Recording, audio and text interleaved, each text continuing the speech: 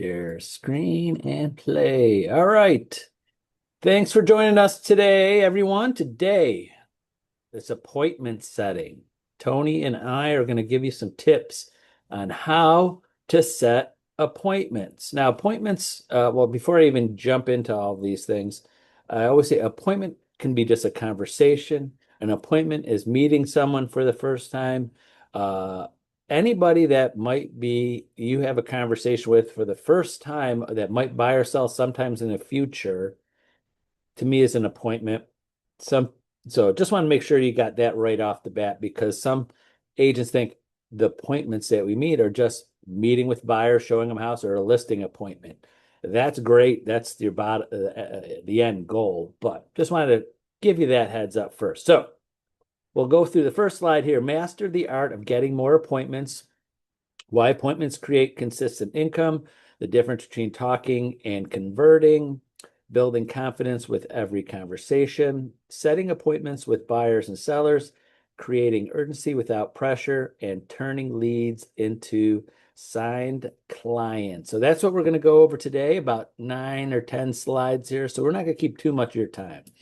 So first, the mindset of a top appointment setter is to focus on helping, not selling. So helping people buy a house, helping people sell a house, helping them and build the foundation to help them buy or sell in the future. Hopefully that makes sense because your buyers and sellers now should be people you've been working with and talking to and had appointments with them to talk about their future real estate goals many years ago or months ago. Every conversation has a purpose. Consistency beats perfection. Confidence comes with repetition.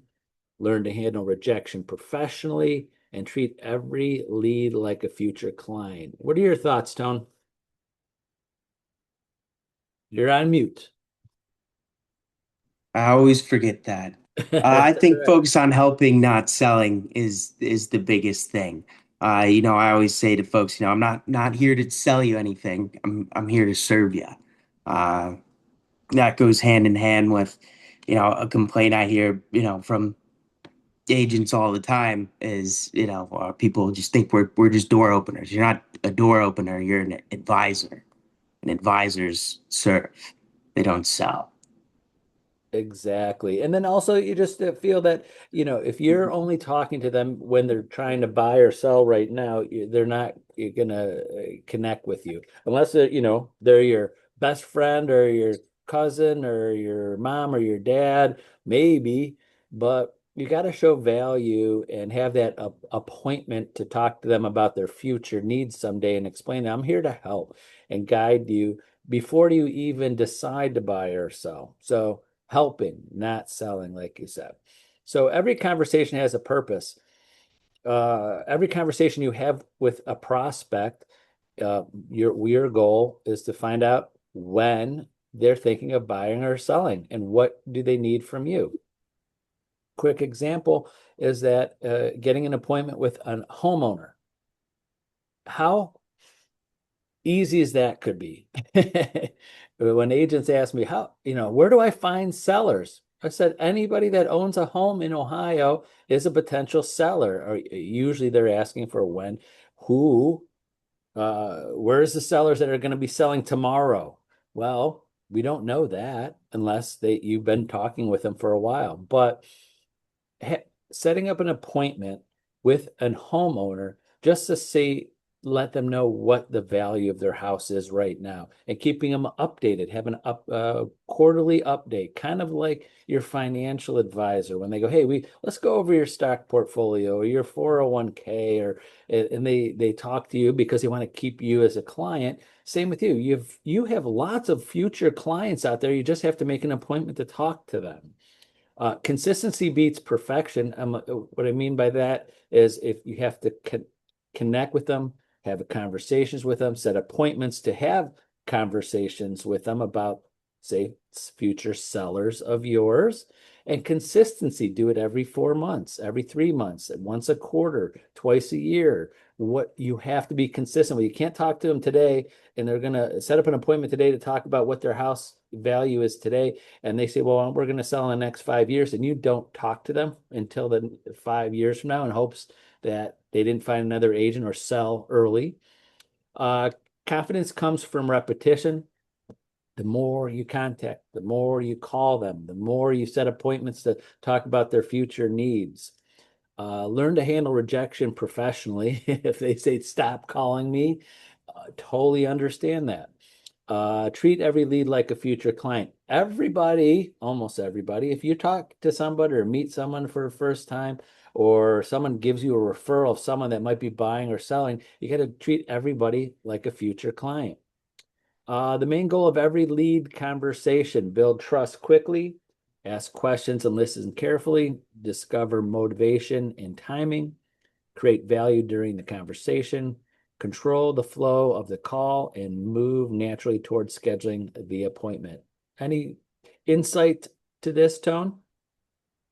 I think, you know, unless it's, like you said, unless it's your, mom, dad, brother, sister, aunt, uncle, best friend, building trust quickly is what it's about. If it is a online lead or an organic referral from a past client, the first conversation is the most important because they're testing you, even if it's unconscious. Again, back to the advisor mindset. You, they want to be led in the right direction. Doesn't matter what their motivation or timing is. If they say 3 weeks or 3 years, like you said, every conversation has to have a purpose. So you can build trust quickly by ending every conversation with, here's the next step, the next step, the next step. What do you do in the meantime? You're looking to buy right now, 3 months, 3 years from now, Sure. creating Well, value. and let me give you this. Here's some the main gold for today. Imagine, okay, let's talk about a referral. So build trust quickly. You talk to one of your sphere of influence, your friends, your family, a past client. Hey, by the way, can you give me a name of a few people that you love and trust?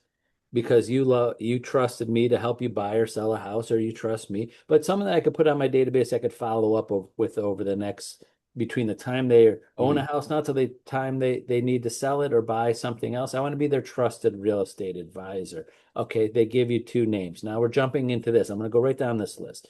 All right, they give you a name of their cousin. So you call their cousin. Hey, cousin Joe. Hi, my name is Tony Geraci with Century 21 Homestar. Your best friend Dave gave me your number. I helped Dave buy or sell a few homes, and he gave me your number because he wanted trust me to help him, and he wanted me to connect with you. Right there, you build trust. Someone that they know and trust referred you. That's why we always say start with your sphere. Next, ask questions to get an appointment to talk about the value of their house. Are you interested in finding out and keeping updated on what the value of your house is? Is it the most expensive asset you have? And just try to find out what their thoughts are if they own a house or how long they've owned it. Discover their motivation of when and timing of when they're going to sell that house. So how long have you been in your house? Oh, we've been here 2 years. Oh, yeah, you have any kids? Are you married? Oh, yeah, we have two kids. They're this age. Oh, great. Was this your first home? I mean, we could go for hours about the exact script, but these are some of the things that you're going to be talking about of timing. Create value during the conversation. Would you like me to come to your house or over the phone? I could really go into what the value of your home is now and future values. I would love to give that information to you, but we will, this is the initial phone call. So you're not trying to say, hey, you have 45 minutes right now because you don't have all the data. You're not going to be sitting in front of that, but you would like to get basic information to set the appointment to go into detail of what's selling, what's on the market, things like that. Control the flow of the conversation. You got to ask questions. What I take from that is that sometimes you ask people a few questions and they'll go on for 45 minutes about their life.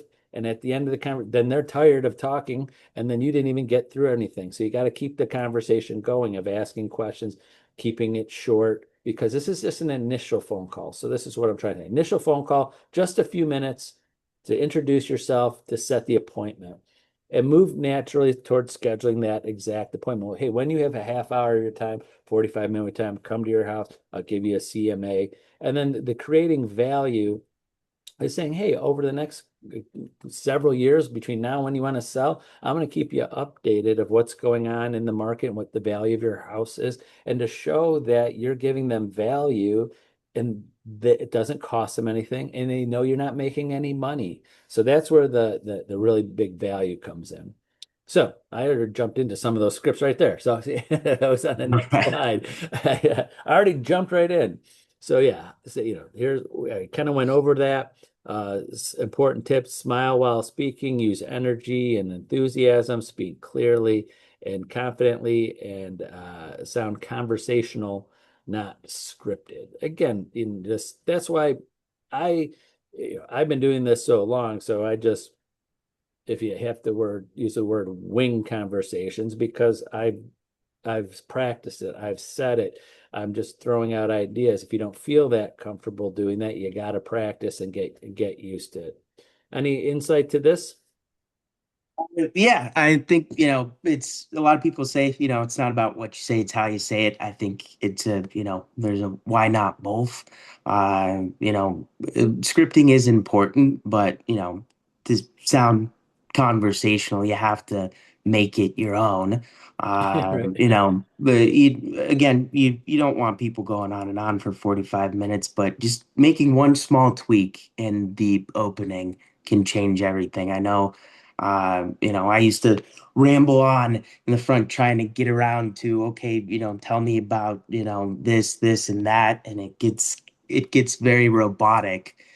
Again, you want to let them speak. So you say, this was a line that changed everything for me.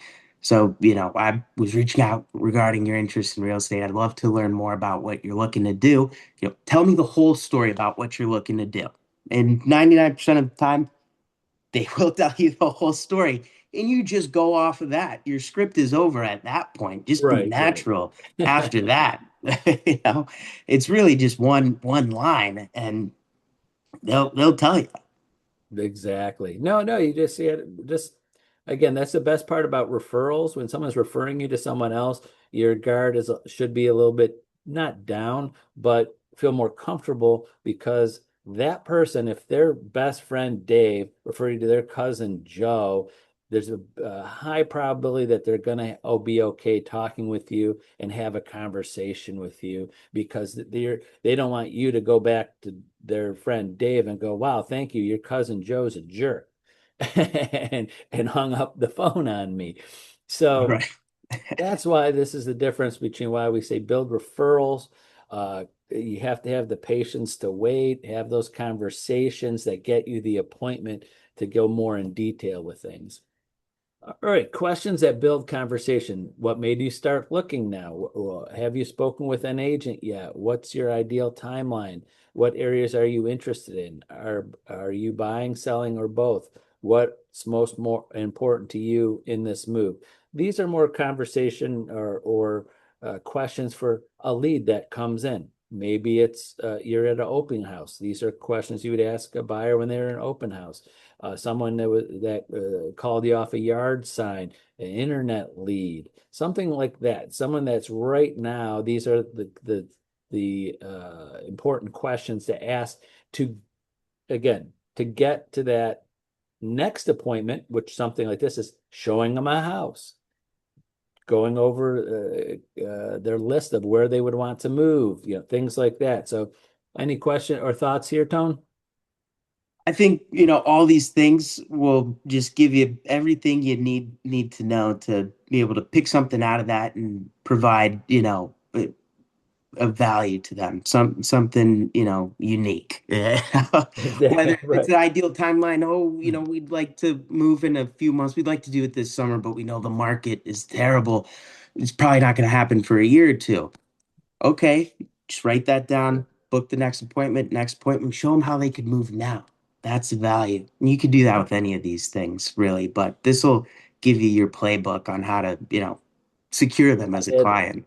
I did give one of our agents a screenshot of how every 5 years of what the interest rates were between like 1975 till now, and the big jump between like 1975 to 1985, where the rates were close to like 15, 18%. And you go, what do you think about those people that went in 1975 decided to wait till 1985 to buy a house, waiting for the interest rates to go? Exactly. This is I always say the best part about buying, just going through that, just a conversation piece when someone said, well, waiting for the market. Well, waiting for what market? More houses to come on the because you can't find a house. That's understandable, but interest rates should never, just going in a little training, never stop somebody from buying. If right now they say, well, because of the interest rates, sorry, I'm going into some training, but I talk about this every day with someone, is that if I show you what could happen, what you could afford now, and then if the interest rates go up 5% more, which they can, hopefully not, Right. as in history, Right. how much you're going to be able to afford. But we know this, the values of the houses, we'll just say in general in Ohio, are not going to go down. They're not. I mean, they might plateau. They're not going to go down enough. In other parts of the country, there's certain neighborhoods and cities, the values are going down because they're just oversaturated with homes for sale. But in Ohio, that's not going to happen. But if you can't, if I say someone, if you can't afford a $300,000 mortgage now with the interest rates now, it's like playing the lottery. You're going to wait to hope the interest rates go down, but that doesn't afford you that much more. So definitely talk to, because Tony's on this call, a good loan officer to pre-approve people and have them explain it to them. So if you have any buyers out there that say, or clients that say, well, we're going to wait for the market before we buy, what does that mean? Does that waiting for more houses and more choices, values to come down? No, but you're risking a lot. We could always refinance and go down. Right, right. Yeah. And one line that I like that I heard from another loan officer. I mean, it depends on who you're talking to, but you show them that chart. I know what chart you're talking about. Well, what happened here, here, and here? What are you waiting for? The next, world disaster? You're waiting for, Right.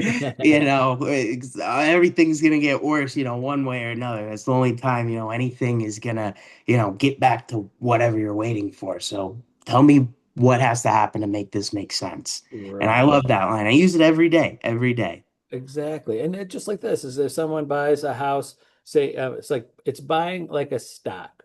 If they someone told you to say, if you buy this stock at like $100 a share, and if it goes up, you bought right. Or if it went down, we'll say you bought right. It's kind of reverse with the mortgages. If you don't buy now and the interest rates go up, you lose.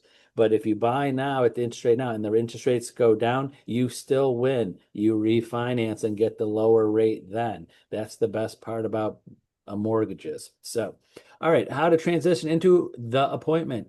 Summarize what they told you, reinforce the value you provide, suggest a simple next step, offer two appointment options, create confidence and excitement, ask directly for the meeting. So summarize what you told about they told you about what, oh, so you did say you're looking to buy in the next few weeks, months, when you find the right house.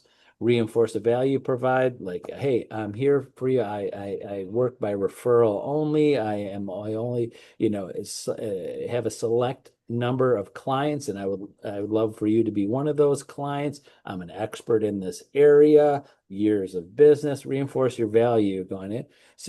Your cousin, your best friend Dan suggested I call you.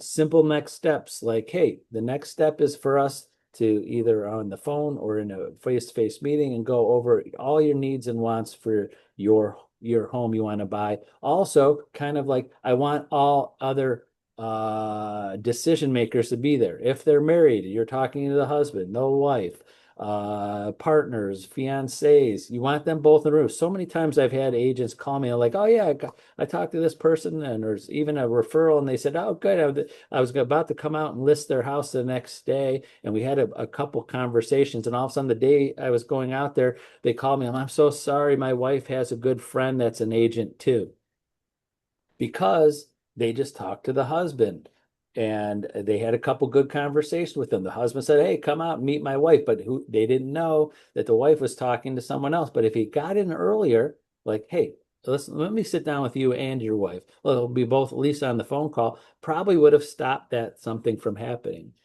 Simple next steps of what's happening. Offer two appointment options. Don't give them what's good for you.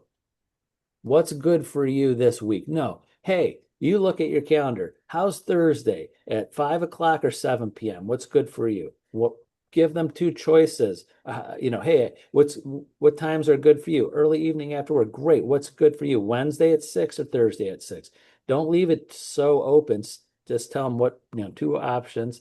Create confidence and excitement, like how you're excited to work with them, and again, the confidence is showing them that your value and your expertise. And ask directly, like, "I want to meet with you." Don't ask them, would you like to meet with me? No, I want to meet with you. When's a good time? Thursday or Wednesday at 6? Any insight to this, Tony? Uh, the two appointment options, that's the biggest thing. And, if you say, anything else other than giving them, two or three times, I feel like it just, scatters people and they're like, "Oh my God, I have so much, I'll let you know." Or, definitely with the, all decision makers being there, you never want to get stuck in the position of, "Well, I gotta ask the wife, first." So it's okay to do the first call with whoever, but Right. definitely that second call, whenever both of them can be on it, or whoever else is involved, they got to be there too.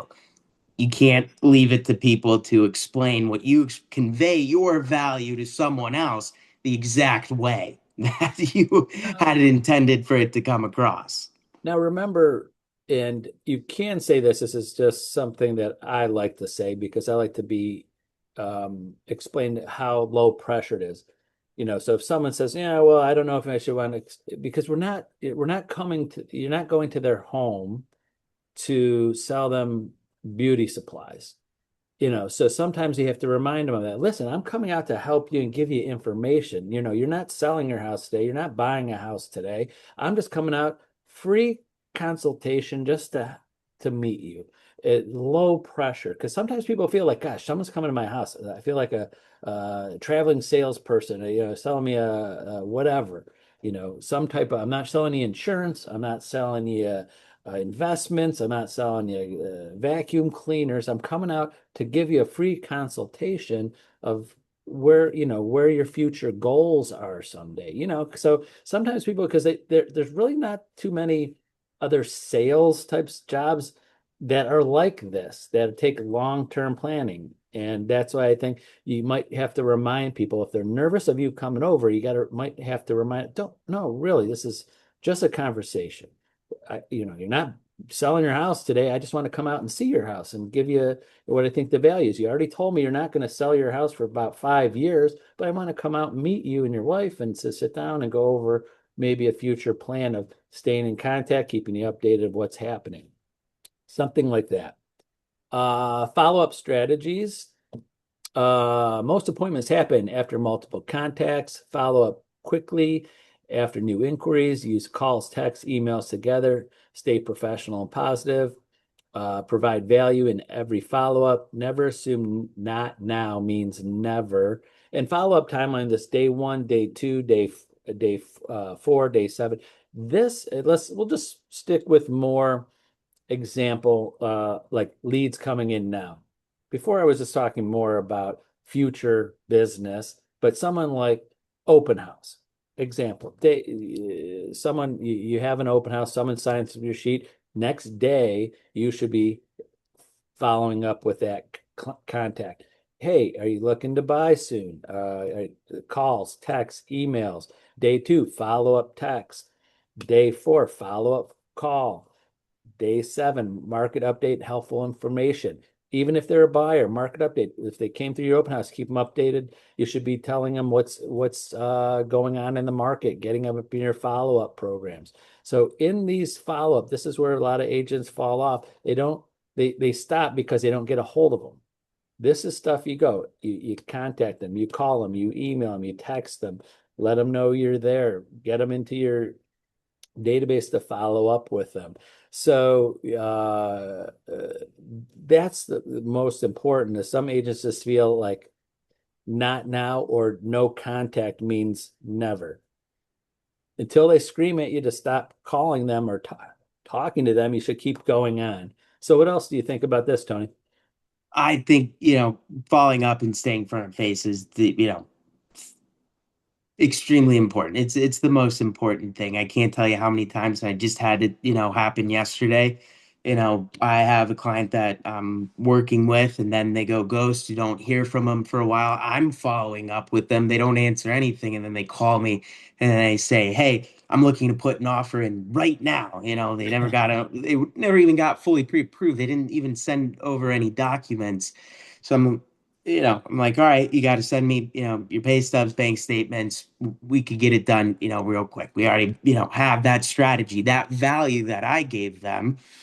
I haven't heard from them, but I stayed front of face and I said, oh, by the way, let me call, blank, Ms. Jones, your agent. A lot of the times they say, "Oh, I'm not working, with Miss Jones anymore. Yeah, I didn't, really hear from her, or I decided, to go a different route. I'm using this agent. Now I got to talk to a new agent, which is great, but Right. it seems like, I hadn't talked to him in months, but they came back to me. I stayed front of face, gave them something of value, so I'm their guy. You got Yeah. to do the same as the agent, or they're gonna leave you for someone else. Good and bad. There's lots of realtors out there. There's easy to find social media. There's always a yard sign they see with a name and a phone number on it. So if you don't consistent with it, they'll call someone else. So best practices for appointment setting: respond to leads immediately, keep conversations simple, ask questions more than you talk, uh, track conversations in your CRM, practice scripts daily, set daily appointment goals, and stay organized and consistent. So we said some of these through the last few slides, but set daily appointment goals. This is for me just conversations about people's future plans of buying and selling. That's a minimal appointment to me. Obviously, setting up goals with buyers you're showing houses tonight, you're going on listing appointments. That's the next goal. So setting the appointments of information gathering, not introduction. So you talk to someone for the first time because someone referred you to them just to meet them. That's an introductory call. That's not really an appointment because you called them out of the blue. It wasn't planned. It wasn't in their schedule, and you call them. Then the next is that appointment. And then you're going to be making your prospecting calls too throughout hopefully daily. And those are to set up the next appointment. Hey, when's the next time you want to spend a half hour going over where you're going to buy and what's happening in the market there, where you live, what's happening in your market there. And with technology and the things that we have to keep people updated of what's happening in the market, you have that work done for you. In the different technology we have, Century and Homestar, and our new AI technology and market updates of what's going on in our contact management systems, you have that work done for you to have that information ready for your next appointment. A daily success plan. Make prospecting calls daily, send follow-up texts and emails, practice scripts for 15, 30 minutes, confirm all upcoming appointments, add notes to your CRM. Every conversation, add notes, track appointments set each day. Final thoughts about appointments create opportunity, opportunity creates closings, and closings create long-term success. So obviously prospecting. Practice your scripts now.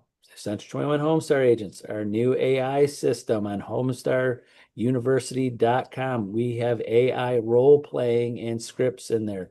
AI role playing, it will talk back to you, give you feedback, act like the client, objection handling, negotiations. So if you don't want to do it with another agent or myself or Debbie in our office, we have great technology and tools and AI for that. So what kind of systems do you use, Tony, that you like to use with your follow-up as a loan officer? Our CRM, utilizes the automated, drip campaigns that, we've created ourselves over the years, as a baseline, just to, make sure nothing falls through the cracks. We all make mistakes or go on vacation or miss something, forget to, add a note or track the appointment. It's just a safety net. And, handling, those objections and, figuring out scripting, talking to AI is great. That's what, I spend a lot of time, doing that, just talking, into Chat GPT or, Claude, Grok, anything like that, having it, respond to you, or if I tell you, oh, I'm waiting, for the market to get better, what would you say? Or you could even ask it, what would Tom Ferry say? Or, any other real estate co it will give you that, and it will pull from the internet. And it, after you do that for so long, what I've found is it just starts to become natural. You sit there and you do it so long when you hear those objections, because it's really, all the same, five things people are saying, it'll just come out of you. You don't even need it anymore. Right, right. You And not have to those tools, you have that verbiage. So get it from there. Help it, have it help you put your words together. exactly. And just back to some of our new AI tools, until you've tried it and watch it and use it, you won't understand how amazing or what it can do. I was, until I saw it live.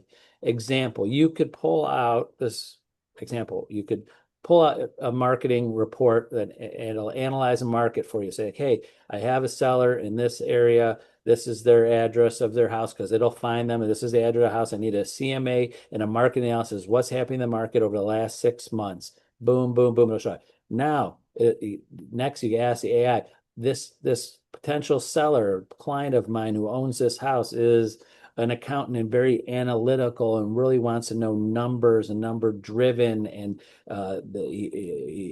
what he bought it for and the value of what it is now and the equity he has in it. You could talk for about 5 minutes and tell all the AI all these things, and it's going to spit out, this is how you should, their suggestion of how you do it. And this is how you go with this person, or this person's more emotional, or this is this. And it'll do all of this for you and even role play with you. I know it's hard to understand unless you see it happen. You're like, can I role play this with you? You're the client. I'm going to come in and say, hi, how do you do? And it sits there and analyzes what you say, and it will role play with you. And then at whenever you want, you could say stop, and they'll say, give you tips on you should have said this, or you took too long at this, or you should have asked more questions. It's simply crazy amazing. I'd never even thought something like this would be possible. So you got to play around with it. So it's Essential 21 Homestar Agents. Get into Homestar Office or homestaruniversity.com and create your account. It's free for now to use. So yeah, no, I think that's it for today. So thanks for joining Tony and I today, everyone. Remember, Thank you. reach out to me or Debbie in our office if you want to go over this information one-on-one. If you need a great loan officer, of course, then you could reach out to Tony. Tony's on Century 21 Agencies on all of our emails and his information, or he could reach out to me and I'll give you his information right away. So that's it. Well, thanks for joining us. Thank you, everyone. Have a good one. Bye-bye. Bye bye.